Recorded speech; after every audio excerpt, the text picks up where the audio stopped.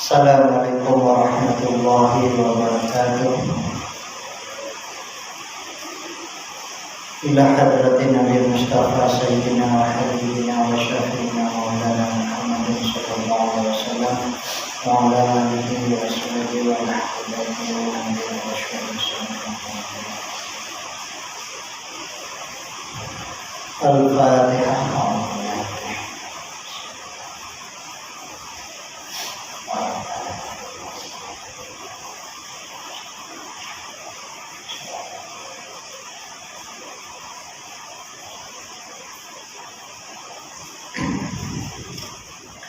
A'udzu billahi minasyaitonir rajim. Bismillahirrahmanirrahim. Alhamdulillahirabbil alamin wa bihi nasta'in 'ala umuri din. Shalatu wassalamu ala asyrafil anbiya'i wal mursalin wa ala alihi wa sahbihi ajma'in.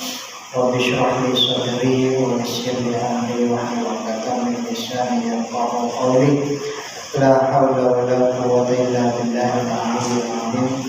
Subhanaka la ilma lana illa ma 'allamtana innaka antal alimul hakim. Qala al-musannif rahimahullahu ta'ala wa nafa'ana bi ulumuhi fil Qur'an. Muslimin, muslimat, tuan imam, tuan bilal, jadi surah Al-Qasam dan teman-teman sekalian. Insyaallah kita akan teruskan kuliah fiqh dengan membaca kitab Kifayatul Akhyar yang ditulis oleh Imam Taqiyuddin Al-Husni Asy-Syafi'i. Pada perjumpaan sebelum ini kita membicarakan tentang kulit bangkai yang boleh disamak dan suci dengan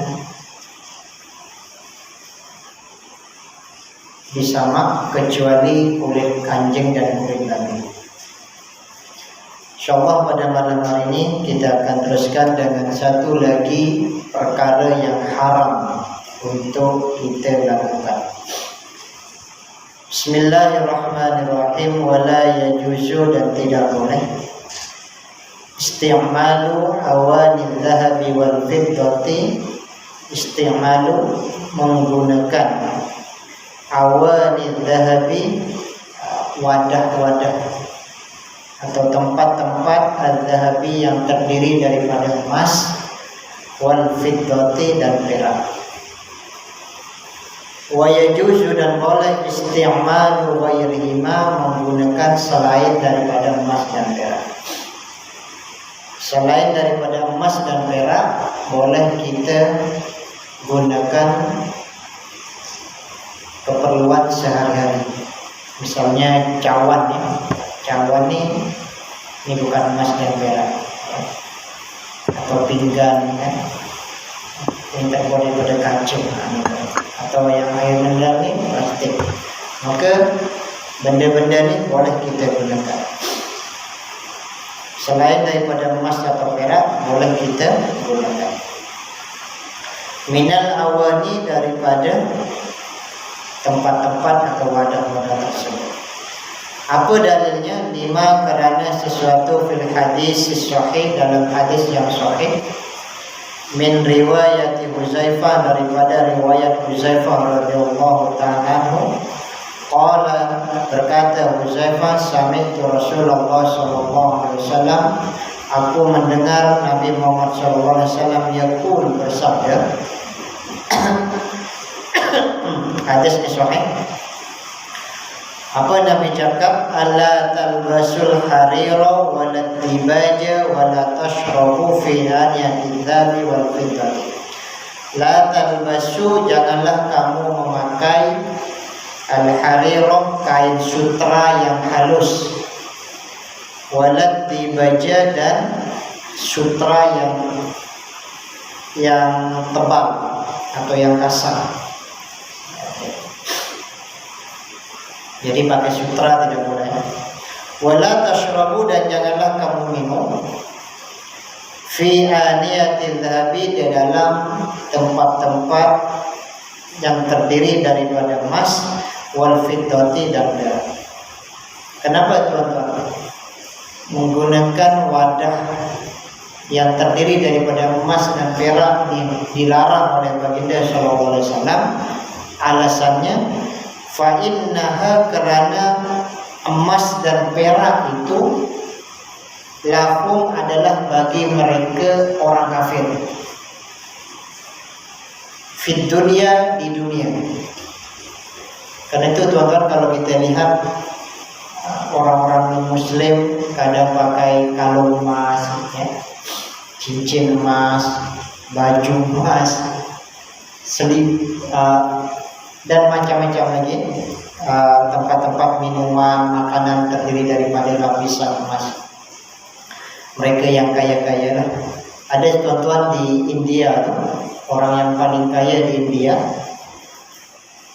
dia bina rumah lebih kurang 5 tingkat, dan itu dilapisi dengan emas.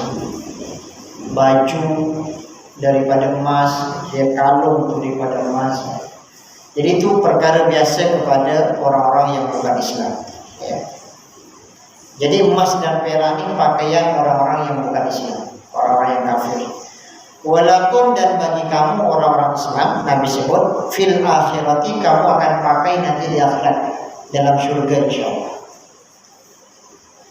Jadi emas dan perak ini diharamkan kepada umat Islam dipakai di dunia, tetapi dia halal digunakan nanti di akhirat. Itu alasan yang Nabi sebut di dalam hadis sahih. Fa innaha lakum fid dunya wa lakum fil akhirah. Ada beberapa barang atau perkara yang diharamkan di dunia tapi halal nanti di akhirat atau di dalam syurga. Salah satunya adalah emas dan perak. Termasuk juga contoh yang lain adalah arak. Minum arak sekarang di dunia ini diharamkan. Tetapi nanti kalau kita masuk surga insyaallah, maka arak jadi halal. Pakai baju sutra yang tadi Nabi kata la talbasul harir wala dibaj, jangan pakai sutra halus ataupun kasar. Itu di dunia diharamkan, tapi nanti di surga itu jadi halal. Orang lelaki menikah maksimum 4 istri hari ini di dunia, tapi nanti di surga tuan nak memiliki berapa istri pun boleh. Nak memiliki banyak bidadari sebanyak-banyaknya pun boleh. Tidak ada had apa-apa. Di dunia Al-Quran memberitahu wala tusrifu, jangan berlebih-lebihan dalam makan dan minum. Tapi tuan-tuan nanti di surga, tuan-tuan nak makan sebanyak-banyaknya pun boleh, minum sebanyak-banyaknya pun boleh. Jadi perkara-perkara yang dilarang kepada umat Islam di dunia sekarang ini, itu akan jadi halal nanti di dalam surga.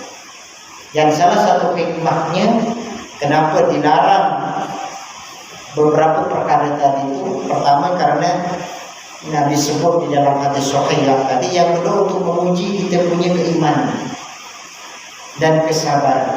Kita sabar. Ada beberapa makanan yang diharamkan, padahal makanan itu sedap, kita boleh bertahan kan? Ada pakaian-pakaian yang sedap untuk kita pakai seperti sutra. Kita pakai sutra ini sangat, apalagi musim hujan sekarang, sedap betul dipakai. Kita sabar untuk bertahan daripada tidak memakai sutra. Pakai emas dan perak, cawan daripada emas dan perak misalnya. Semua orang rasa dah pakai, tetapi sebab kita dilarang, itu ujian kepada umat Islam. Adakah kita sabar atau tidak dalam menggunakan larangan Allah Subhanahu wa taala? Jadi hidup ini tuan-tuan adalah seperti kita ujian. Ada pilihan objektif, ada A, B, C, D.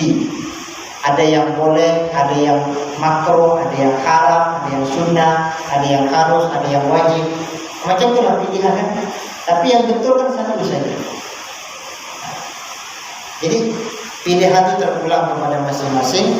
Dan kalau kita ikut kepada sunnah Rasulullah SAW, panduan yang diajarkan oleh Nabi dalam hadis-hadisnya, maka insya Allah kita akan selamat. Rawahul Bukhari wa Muslim, hadis ini diriwayatkan oleh Imam Bukhari dan Imam Muslim. Wa fi Muslimin, dan di dalam kitab Sahih Muslim, Ini hukuman kepada orang Islam yang menggunakan emas dan perak sebagai wadah atau tempat untuk meminum, makan, pakaian dan sebagainya.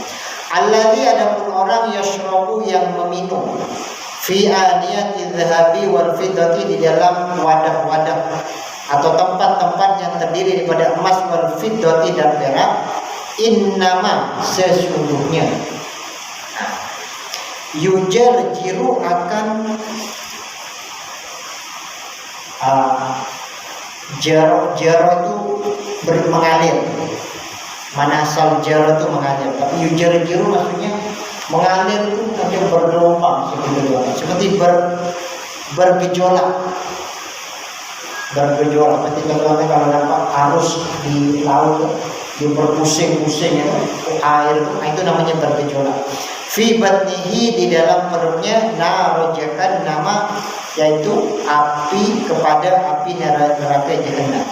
Jadi orang, Nabi kata dalam hadis Imam Muslim, orang yang menggunakan tempat minum daripada emas atau perak, maka seolah-olah dia telah menuangkan air ke dalam perut dia adalah api daripada neraka jahanam. Dan api itu, air itu laksana seperti api yang bergejolak di dalam perut. Seperti itu ya. Jadi bukan air yang diminum, tapi api. Itulah hukuman orang yang menggunakan emas dan perak sebagai tempat wadah untuk meminum air. Wa fi riwayatin, dalam satu riwayat, man syariba, barang siapa syariba yang meminum fi inain, dalam satu wadah, min dhahabin, daripada emas, au fiddatin, ataupun perak, fa innama, sesungguhnya dia, yujarjiru, mengalirkan, ya, mengalirkan, maksudnya mengalirkan, fi batnihi, di dalam perutnya, naron, kepada api, min jahannam, daripada api neraka jahanam. Air yang diminum tapi sebenarnya adalah api. Itulah hukuman orang yang menggunakan emas dan perak sebagai wadah untuk meminum. Jadi walaupun kita banyak duit ke banyak rezeki, kita tidak boleh menggunakan emas dan perak sebagai tempat untuk kita meminum. Wa fi riwayatin, dalam satu riwayat, innalladzi, sesungguhnya orang yaqulu, yang makan, wa yashrabu, dan minum. Jadi bukan hanya minum, yang makan pun pinggan tidak boleh daripada emas dan perak. Al-hadis, hadis. Wa ma'nahu, adapun maksud hadis tadi itu, annasyariba, sesungguhnya orang yang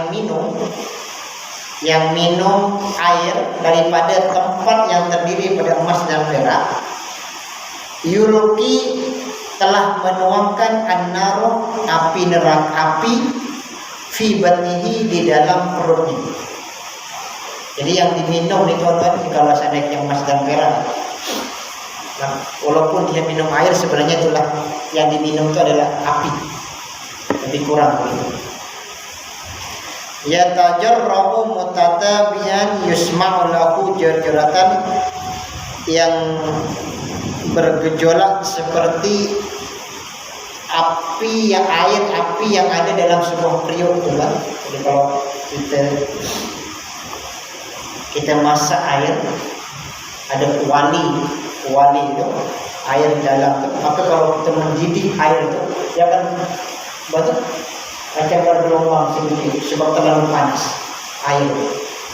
Itulah perumpamaan orang yang minum menggunakan emas dan perak nanti di akhirat. Jadi air api itu akan menggelegar di dalam perut kita. Wa ma'nahu, dan maksudnya juga, maksud hadis Nabi SAW tadi, annan naro, sesungguhnya api, tasawwata, bersuara, fi jawbi, di dalam mulutnya. Jadi dia minum air itu ada suara api dalam mulut. Jadi biasa orang minum itu kan ada suara, apalagi kalau haus. Jadi yang diminum itu adalah sebenarnya api. Afanallahu ta'ala, mudah-mudahan Allah menyelamatkan minha, daripada perkara tersebut. Waman, dan orang fa'ala yang melakukan yuqarribuna, yang mendekatkan kepada kami ilaiha, kepada benda-benda tersebut. Qala Nawawi, berkata Imam Nawawi fi syarh Muslim, di dalam kitab syarah Muslim. Qala ashabuna, berkatalah sahabat-sahabat kami Imam Mazhab Imam Syafi'i, in aqadal ijma'u, telah sah al-ijma'. Apa ijma'? Hanya sepakat seluruh mazhab Imam Syafi'i, ulama yang Imam Syafi'i. Apa dia sepakat? Ala tahrimil akli, atas haramnya makan, wasyurbi, dan minum, wasairil istimal, dan semua penggunaan, fi ina'i dhahabin, di dalam wadah yang terdiri daripada emas, au fiddatin, ataupun perak. Bukan hanya makan, bukan hanya minum, seluruh penggunaan yang terdiri daripada emas dan perak tidak boleh. Guna songkok, contoh tadi, daripada emas, baju emas, kain pelekat emas, sejadah emas, tidak boleh. Kasut daripada emas, semua tidak boleh. Atau kita kereta nak hias dengan emas, sebab dulu kita lebih misalnya, tidak boleh. Apa sahaja yang terdiri daripada emas dan perak kita tidak boleh gunakan. Illa, kecuali ma hukiya an Daud, kecuali yang diriwayatkan daripada Imam Daud, wa qaulu qadimin li Syafi'i, dan pendapat yang lama qadim bagi Imam Syafi'i ketika dia tinggal di Irak. Jadi Irak, Imam Syafi'i berpendapat qaul qadim, pindah ke Mesir dia menjadi qaul yang baru atau qaul jadid. Innahu, sesungguhnya itu, yuqra, adalah dimakruhkan. Jadi menurut pendapat sedikit daripada Imam Daud dan qaul qadim Imam Syafi'i ketika berada di Irak, hukum menggunakan emas dan perak ini adalah makruh. Tetapi wal muhaqqiquna, dan ahli tahqiq di dalam mazhab Imam Syafi'i, ulama-ulama besar, ulama-ulama yang hebat, la yaqtadduna, dia tidak memperhitungkan, tidak menganggap, bi khilafi Daud, dengan perbezaan Imam Daud tadi. Jadi Imam Daud yang mengatakan bahwa menggunakan emas dan perak itu hukumnya makruh, mazhab Syafi'i, pembesar Imam Syafi'i, itu tidak dianggap sebagai satu pendapat. Wa kalam Syafi'i, dan wa kalam Syafi'i, adapun pendapat Imam Syafi'i, muawwalun, adalah ditakwil, kama qalahu shahibut taqrib, adalah seperti mana pandangan pengarang kitab takrib, ma'a an-Syafi'i, bahwasanya Imam Syafi'i raja'ah, kembali. Maksudnya pendapat Imam Syafi'i masa di Irak yang mengatakan bahwa menggunakan emas dan perak itu adalah makruh, raja'ah, telah kembali. Maksudnya ditarik kembali. An hadzal qadim, daripada pendapat yang lama ini, ditarik kembali dengan pendapat yang baru yang mengatakan bahwa penggunaan emas dan perak itu adalah haram. Jadi tuan-tuan, boleh disimpulkan bahwa dalam mazhab Imam Syafi'i menggunakan emas dan perak dan atau segala jenis dan semua jenis-jenis penggunaan dia adalah haram di sisi mazhab Imam Syafi'i. Tuan-tuan, mungkin ada yang bertanya, apa hukumnya masjid yang ada kubah daripada emas? Pernah tuan-tuan baca atau terdengar? Di Indonesia ada beberapa tempat, di Jawa Timur, di Malang, di Depok ini di dekat dengan Jakarta, itu ada kubah daripada emas. Bahkan tuan-tuan, Monas yang di Jakarta yang dekat dengan Istana Negara itu dilapisi dengan emas juga. Bahkan kejuaraan Piala Dunia, contoh kalau nampak Piala Dunia itu walaupun kecil itu dilapisi dengan emas juga. Jadi apakah hukumnya masjid-masjid yang kubah dia dilapisi dengan emas? Di sini ada perbedaan pendapat. Pendapat yang paling kuat di dalam mazhab Imam Syafi'i, Menurut pandangan Imam Nawawi dalam kitab Al-Majmu', hukumnya adalah haram, walaupun itu masjid. Bukan hanya masjid, kawan. Sekarang nih ada juga Al-Quran yang sampul dia, ini orang tertentu, dilapisi dengan emas juga. Haram,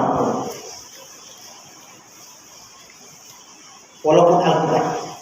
Ini pendapat Imam Nawawi dalam kitab Al-Majmu', diikuti juga oleh Imam Abu Ishaq Al-Marwazi, Imam Al-Mawardi, Imam Al-Ghawawi, Al-Qadi, Imam Abu Tik yang mengatakan pendapat yang sama. Hanya segelintir yang Syafi'i yang mengatakan harus. Majority mengatakan adalah haram hukumnya, walaupun itu masjid, walaupun itu adalah Al-Quran, walaupun sejadah yang kita bawa untuk sembahyang. Kalau ada emas sedikit saja, itu hukumnya adalah haram kita gunakan.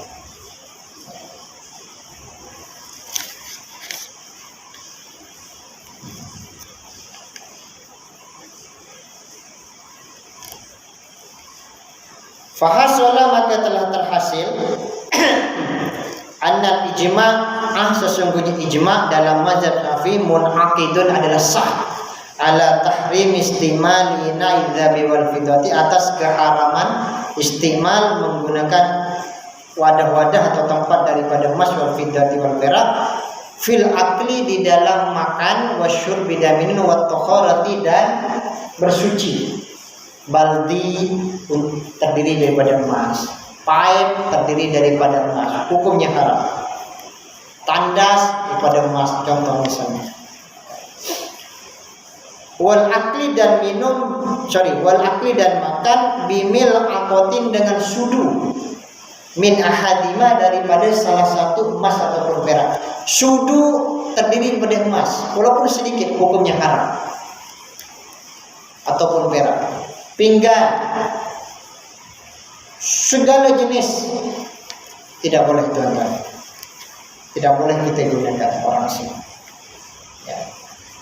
Wa jami'i wujuhil istimal, dan semua wajah-wajah al-istimal, penggunaan emas dan perak, semuanya haram. Semuanya. Daripada hujung kaki sampai hujung rambut, kita tidak boleh menggunakan emas dan perak. Wa minha, diantaranya al-kahlatu, celak, tempat celak, ya, tempat tuh celak tuh terdiri pada emas, haram. Wal mailu, alat untuk celak, alat yang kecil itu untuk celak, walaupun dia kecil, misalnya tempat untuk kita korek dagingnya yang putih itu daripada emas, contoh, itu tidak boleh juga. Wadharful ghaliyati, dan minyak ghaliyah, ini minyak orang Arab lah, atau minyak segala minyak, tempat tuh tidak boleh terdiri daripada emas, wa ghairi dzalik, selain daripada itu. Sawaun, sama sahaja, al-ina, wadah tadi itu, as-sogiri, kecil, wal kabir, ataupun besar, sama ada kecil macam ini cawan nih, ataupun yang besar macam baldi kan, itu tidak boleh juga.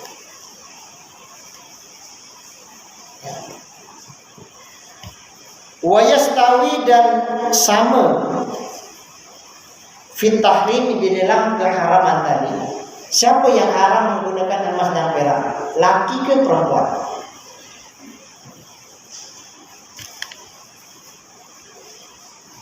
Wa yastawi, dan sama fit tahrim, dalam keharaman tadi itu menggunakan barang-barang atau wadah-wadah daripada emas dan perak. Ar-rajuli, lelaki, wal mar'ati, dan perempuan. Jadi sama, tuan-tuan. Bila khilafin, tanpa perbezaan. Jadi kalau perempuan pakai baju daripada emas, apalagi tuan-tuan, celak daripada emas, bedak daripada emas, kasut daripada emas, telepon daripada emas, contoh kalau ada, semua haram, tidak ada perbezaan, laki ataupun perempuan. Wa innama dan hanya saja faraqo berbeza,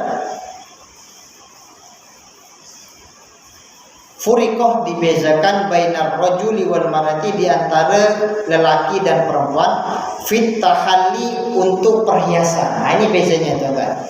Kalau perempuan menggunakan emas untuk perhiasan, maka hukumnya boleh. Pakai emas misalnya perempuan hari ini, itu boleh. Apapun untuk perhiasan hukumnya boleh. Tujuannya liqos di zinatin nisa'i, untuk tujuan hiasan perempuan, lizauji kepada suaminya, wasayyidi dan tuan dia. Jadi sebenarnya dibolehkannya perempuan menggunakan emas tuh, yang asalnya kan haram, guna emas lelaki dan perempuan. Tetapi perempuan kalau untuk hiasan, dia dibolehkan untuk supaya dia dapat berhias diri, mencantik-cantikkan diri di hadapan suami dia atau tuan dia. Tuan ini sekarang sudah tidak ada, teman-teman. Ini untuk hamba yang berhias di hadapan tuan. Jadi perempuan ini kena berhati-hati menggunakan emas. Bukan dipakai suka-suka, dibawa di halayak umum, tunjuk depan orang emas yang besar kalung. Bukan itu dia punya tujuan sebenarnya. Tujuan dibolehkannya perempuan pakai emas dan perhiasan tuh yang asalnya haram tuh, supaya lelaki itu, suami dia itu jadi syukur, senang dengan itu, tambah cinta dengan istri. Itu dia punya matlamat itu. Jadi kalau dia keluar untuk kenduri majelis pernikahan atau jalan-jalan, kalau ada suami dia, pakailah. Itu dia punya tujuan. Tapi kalau pakai dia seorang-seorang, ditunjuk ke mimbar-mimbar dia, rakan-rakan atau orang yang malah masyarakat tidak digalakkan. Karena itu bukan tujuan daripada dibolehkannya menggunakan emas kepada seorang perempuan. Wa yuhramu dan diharamkan isti'malu ma'ul warid, menggunakan air mawar, wal adhan dan minyak, fi qamami dhahabi wal fiddati, di dalam botol-botol yang terdiri pada emas dan perak. Bukan minyak mawar, bukan air mawar itu yang haram, atau minyak itu yang haram, tapi botol yang terdiri daripada emas dan perak yang menyebabkan jadi haram. Karena dia terdiri pada emas, maka air yang di dalam pun tidak boleh digunakan. Sebab botol itu jadi emas. Kalau botol seperti ini plastik, air mawar dalam itu boleh kita gunakan. Tapi sebab jadi emas, maka air yang di dalam kita tidak boleh gunakan. Ya.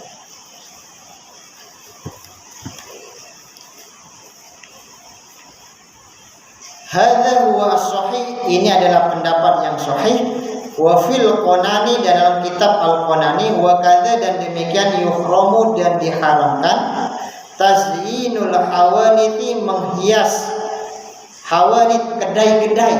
Tuan-tuan, ada kedai-kedai, wal buyuti, dan rumah-rumah, wal majalisi, dan majlis-majlis, bi awali dhahabi wal fiddati, dengan wadah-wadah atau tempat daripada emas ataupun perak. Banyak macam manapun duit kita, tuan-tuan, tidak boleh rumah kita itu kita lapisi dengan emas. Apa saja, karpet ke, pintu ke, cermin ke, bantal ke, atau apa saja tidak boleh. Kedai, dewan, tidak boleh.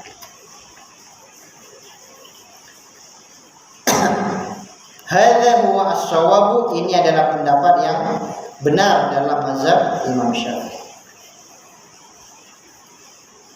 Wajawwarahu, dan membolehkan menggunakan itu, menghias tadi itu. Ada sebahagian ulama Imam Syafi'i yang membolehkan untuk menghias kedai, rumah, masjid, Al-Quran, ada yang membolehkan.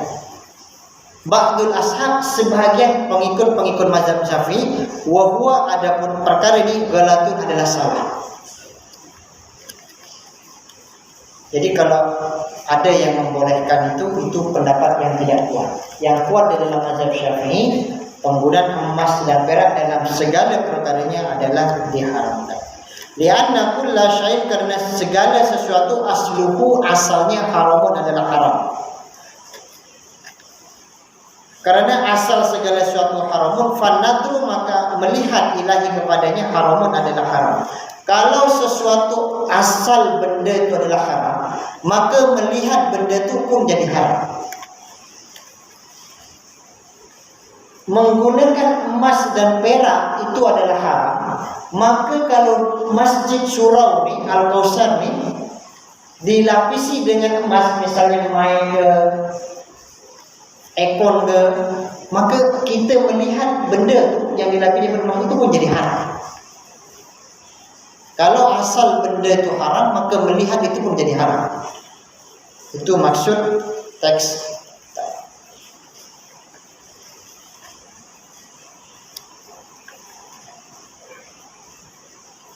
Waqad nassa, dan telah menerangkan Asy-Syafi'i, Imam Syafi'i, wal ashabu, dan sahabat-sahabat Imam Syafi'i, annahu, sesungguhnya seorang, lau tawaddu'a, andaikan berwudu, aw iktasala, ataupun mandi, min ina'in, daripada wadah atau tempat dhahabin, emas, wa fit aw fiddatin, atau perak, asu, maka dia telah maksiat, berdosa.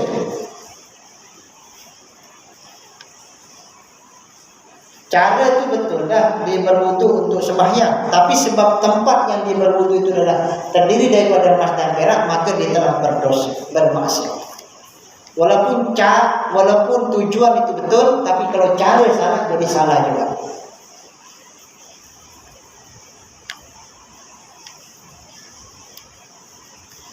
Wa yuhramu, dan diharamkan ittikhadhu hadhil awani, membuat ini wadah atau tempat, min ghair istimalin, dari tanpa digunakan ala sahih, untuk pendapat yang sahih.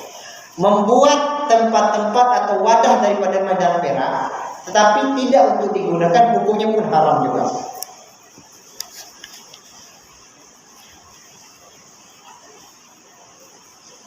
Li'anna ma, sesungguhnya sesuatu, hurrima, yang diharamkan, istimaluhu, menggunakannya, haram ittikhaduhu, membuatnya. Jadi kalau haram menggunakan emas dan perak daripada wadah-wadah ini, maka membuat cawan daripada emas perak pun haram juga.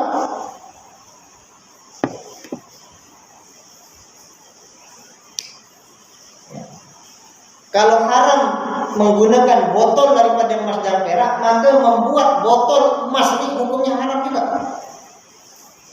Jadi tukang-tukang emas itu kena berhati-hati. Untuk siapa dia menggunakan, membuat barang-barang tersebut.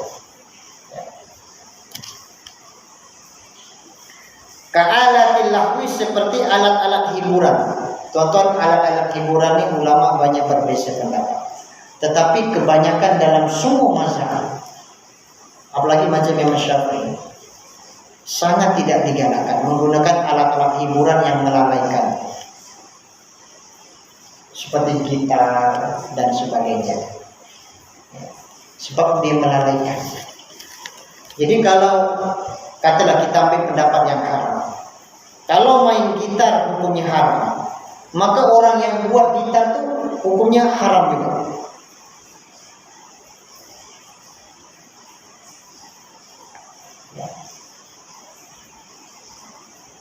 Kalau main piano itu haram, maka orang yang buat piano itu hukumnya haram juga. Tukang-tukang buat piano. Kalau main seruling hukumnya haram, maka orang yang buat seruling itu hukumnya haram dan berdosa juga.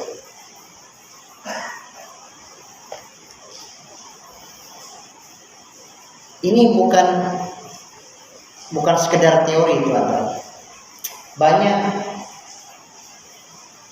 penyanyi-penyanyi, pemain-pemain musik yang berhijrah itu menyatakan dengan pelus pengalaman mereka selama bertahun-tahun bergelut dengan alat-alat musik. Majoriti mengatakan bahwa alat-alat musik itu adalah melalaikan. Sampai di antara mereka kadang tinggal sholat, makan, minum, tak jaga istirahat semua. Kadang keluarga pun ditinggal sampai berapa hari.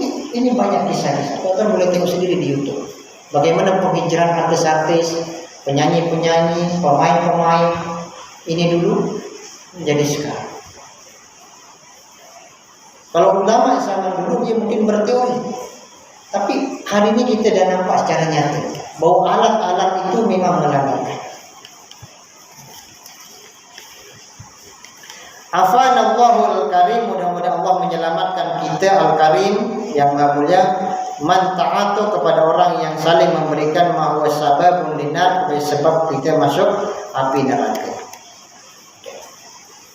Wa yuhramu, dan diharamkan ala soi atas tukang emas, son'atuhu membuat emas,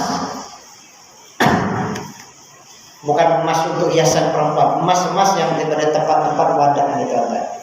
Jadi kalau menggunakan cawan daripada emas haram, maka tukang emas yang membuat cawan pun haram juga, berdosa.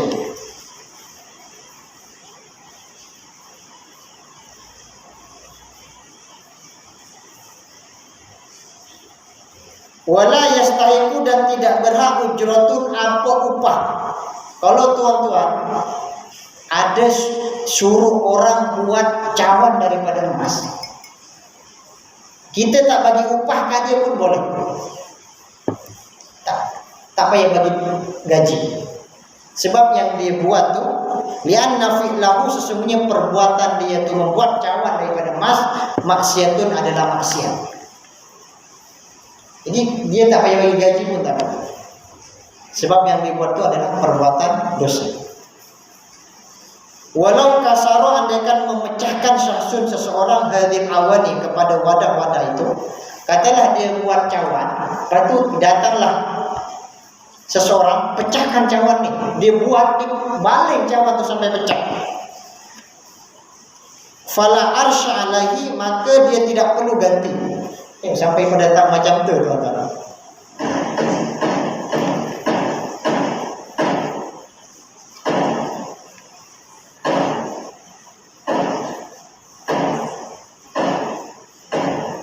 Azan dulu.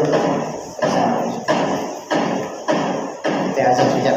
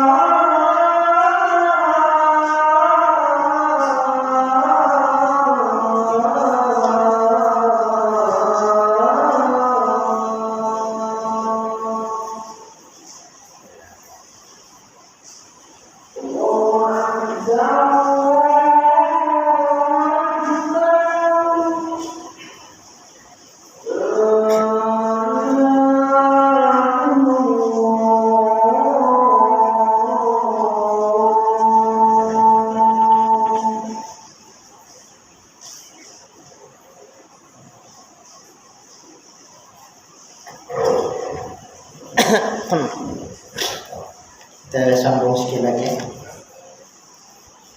Walau kasuran dia akan memecahkan syahsun seseorang hadin awani kepada ini wadah-wadah tadi itu. Ada tukang emas membuat wadah-wadah daripada emas seperti cawan, ke botol, pinggan ya.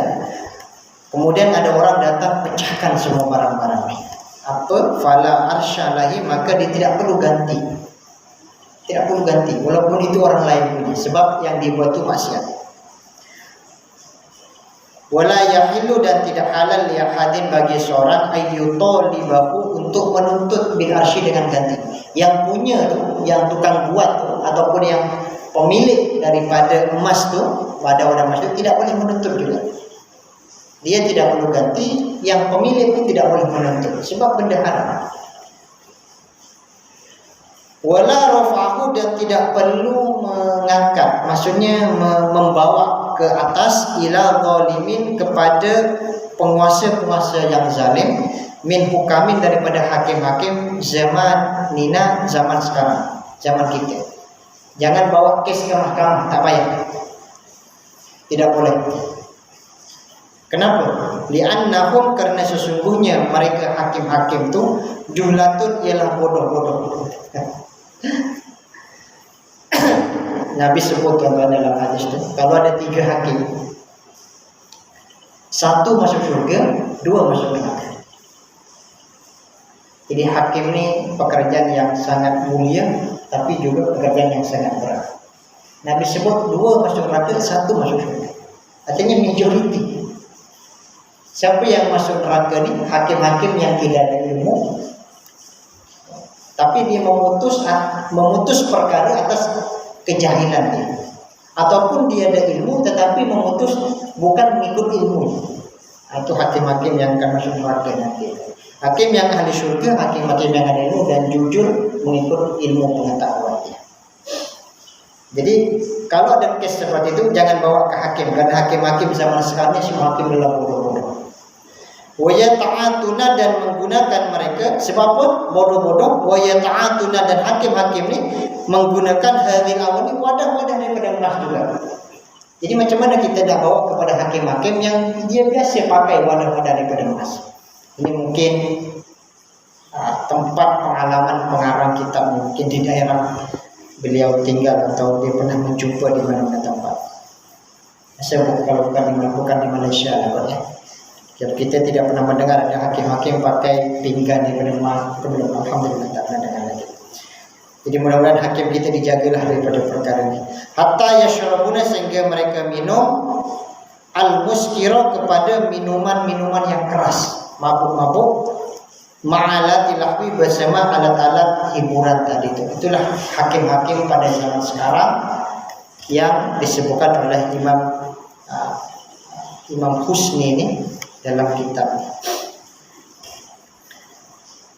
Itulah tuan-tuan sedikit perkongsian berkaitan dengan wadah-wadah daripada emas dan perak yang haram kita gunakan, haram kita buat, haram kita perjualbelikan, dan seterusnya. InsyaAllah kita akan sambung berkaitan dengan topik ini pada perjumpaan yang akan datang. Jadi itu saja perkongsian pada malam hari ini. Mudah-mudahan bermanfaat untuk diri sendiri dan juga tuan-tuan. Yang baik daripada Allah Subhanahu Wa Taala, yang tidak baik daripada diri sendiri. Kita tutup dengan tasbih kafarah dan surah. Bismillahirrahmanirrahim. Subhanallah wa bihamdihi asyhadu an la ilaha illa anta, astaghfiruka wa atubu ilaik. Ihdinas siratal mustaqim, wallahu muwaffiq ila aqwamit thariq. Assalamualaikum warahmatullahi wabarakatuh.